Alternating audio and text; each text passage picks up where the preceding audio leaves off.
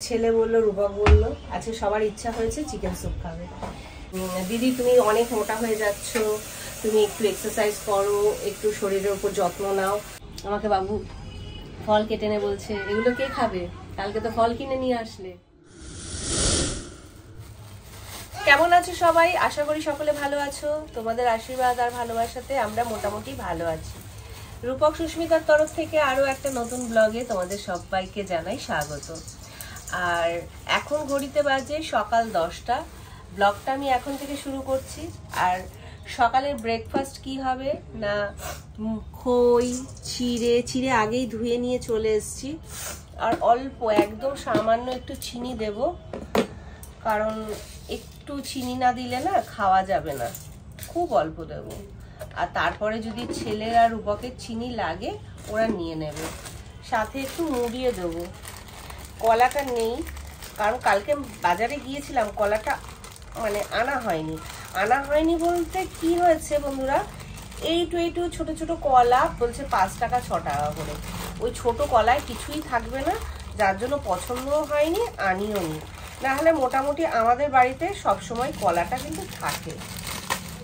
যাই হোক, অল্প মুড়িও দেব, আর সাথে একটু টক দই দেব। এই দিয়ে ভালো করে মাখবো। কি ভালো খাবার না বলো? আমার তো খুব ভালো লাগে। খাটনি কম, আর পেটটাও বেশ ভরা থাকে, ঠান্ডাও থাকে। মাঝে মাঝে কিন্তু এরকম খাবার খেলে শরীরটাও ভালো থাকবে, পেটটাও ভালো থাকবে, তাই না?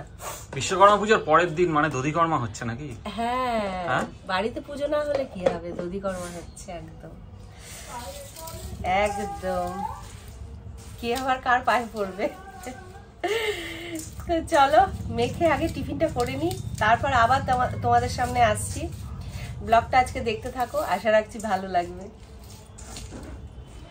আজকে দুপুরে কি রান্না করছি? দুপুরে রান্না করছি চিকেন স্যুপ, আর কিচ্ছু না। রূপকের জন্য এত কটা মতন ফ্রিজে ভাত আছে, রূপকের হয়ে যাবে। তা ও মানে ছেলে বললো, রূপক বললো আজকে সবার ইচ্ছা হয়েছে চিকেন স্যুপ খাবে। তা চিকেন স্যুপ দিয়ে যদিও রূপক খেতে পারবে না, কালকের এক পিস মাছ আছে, আর মাছের ঝোলও আছে, ওই দিয়ে হয়ে যাবে। আর চিকেন স্যুপটা কি দিয়ে বানাচ্ছি, এখানে গাজর কেটে নিয়েছি, বিনস কেটে নিয়েছি, বাঁধাকপি কেটেছি, এগুলো ধোয়া রয়েছে। আর এখানে আমি সাদা তেল অলরেডি দিয়ে দিয়েছি, আর ফোড়নে দিচ্ছি 3টে এলাচ, কয়েক টুকরো দারচিনি। তা আজকে দুপুরে আমাদের মেনু হচ্ছে চিকেন স্যুপ। তা আমি ঠিক করেছি, সবাই তোমরা কমেন্টে বলছো দিদি অনেক বেশি মোটা হয়ে যাচ্ছ, তা সেই কারণে ঠিক করেছি এবার একটু ডায়েট শার্ট করবো। আর এখানে দেখো পেঁয়াজ এরকম করে 4 টুকরো করে কেটে নিয়েছি, পেঁয়াজটা দেব। আর আদা রসুন কুচি করে নিয়েছি, এই আদা রসুনটাও দেব। আর এদিকে তো চিকেন ধোয়া হয়েই গেছে, আর ফোড়নটা আমার হয়ে গেছে। এবার পেঁয়াজটা দিয়ে দেবো আগে।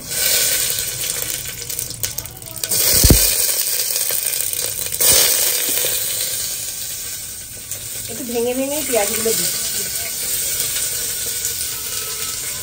তোমরা একবার এইভাবে বাড়িতে ট্রাই করে দেখতে পারো, ভালোই হয় খেতে।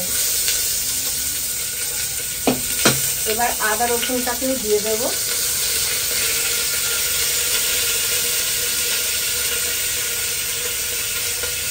দিয়ে একটু নাড়াচাড়া করবো। আর খুব সামান্য তেল দিচ্ছি, মানে চা চামচে 2 চামচ হবে। একটু নাড়াচাড়া করে নিলাম। আর এই দেখো পেঁয়াজগুলো এরকম ফ্রাই হয়েছে। এবার আমি চিকেনগুলোকেও দিয়ে দেবো।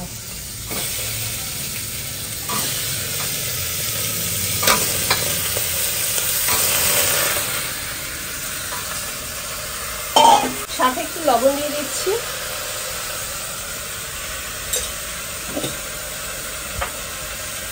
দিয়ে নাড়াচাড়া করবো।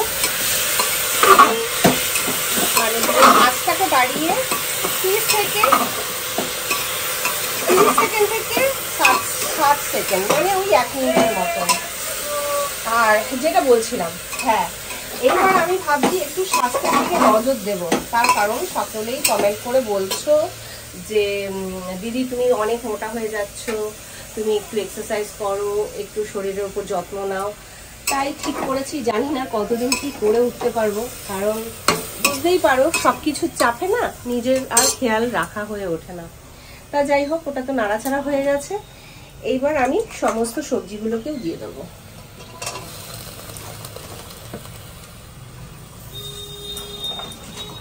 সবজিগুলোতে দিয়ে দিয়েছি, আর বেশ খানিকটা জল দিয়ে দেবো। খুব ইজি। আর গেল বছর শীতে আমি আর ছেলে মানে বেশিরভাগ দিনগুলোই চিকেন স্যুপই খেতাম। তা এইবার এই জলটা দিয়ে দিলাম, এবার ঢাকা দিয়ে দেবো। আর নামানোর আগে একটু কর্নফ্লাওয়ার গুলিয়ে দেবো, আর সাথে বাটার আর গোলমরিচের গুঁড়ো দিয়ে নামিয়ে ফেলবো, আর গরম গরম সার্ভ করবো। হয়ে গেল চিকেন স্যুপ। ওরে বাবা, হ্যান্ডেলটা গরম হয়ে গেছে। 2 থেকে 3টে সিটি আমি দেবো। তা চলো হতে থাক। আজকে আমার রান্নার কোনো ঝামেলা নেই, মানে আমার খুব মজা, রান্না না থাকলে খুব মজা হয়।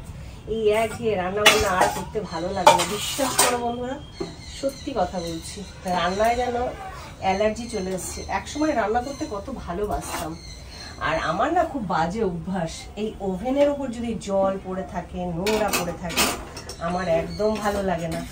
সেটা আমি সাথে সাথেই পরিষ্কার করে নিই। তা অনেকেই বলে তোমার রান্নাঘরটা বেশ ভালো লাগে, যদিও আমি সেইভাবে গুছিয়ে রাখতে পারি না, তবে যতটা পারি চেষ্টা করি পরিষ্কার পরিচ্ছন্ন রাখার।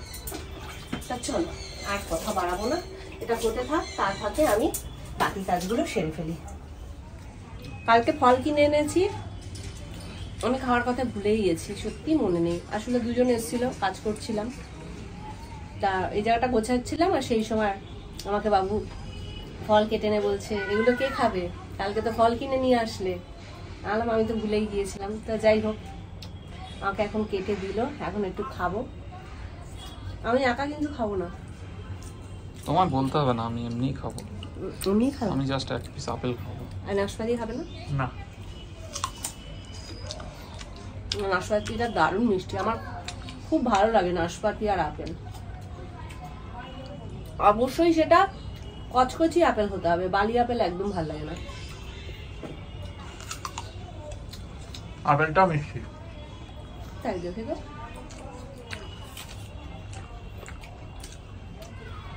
খুব ভালো আপেলটা। চলো ফলগুলো আগে শেষ করি। বিকেলের পর আবার সেই রাত্রে চলে এলাম। সন্ধেবেলা, মানে সন্ধেবেলা ঠিক না, মানে ওই হ্যাঁ সন্ধেবেলায় সন্ধে দিয়ে না একটু ঘুমিয়ে পড়েছিলাম। এত ঘুম পাচ্ছিল, আমি যে কখন ফোন ঘাটতে ঘাটতে ঘুমিয়ে পড়েছি আমি নিজেও জানি না। তারপরে চা খেলাম, চা খাওয়ার পর এখন রাত্রি বাজে কটা বাজে, 9:30 বেজে গেছে না, 10:15। তা যাই হোক, এখন রুটি বানাতে এসেছি। ছেলে খাবে না, ছেলে এক বন্ধুর বাড়িতে নিমন্ত্রণ ছিল, সেখানে খেয়েছে। কি বলবো, সব বন্ধুরা বিকেলবেলা গিয়েছিল, ওখানে গিয়ে খাওয়া দাওয়া করে এসছে বলে ওর এখনো পেট ভরা। তাও বলছে মা আমি খাবো না। তা রুটি বানাচ্ছি আমার আর রূপকের জন্য। তা রুটি করব, রুটি করে খেতে দেব। একটু স্যুপও আছে, কিন্তু স্যুপ দিয়ে রুটি খেতে হবে। অবশ্য দুধও এনেছো, দুধটা তুমি যদি খাও তাহলে গরম করবো না। আমি দুধ দিয়েই খাবো, আমি স্যুপ খাবো না, স্যুপ তুমি খেয়ে নিও। আচ্ছা ওকে, তো চলো রুটিটা আগে বানিয়ে ফেলি।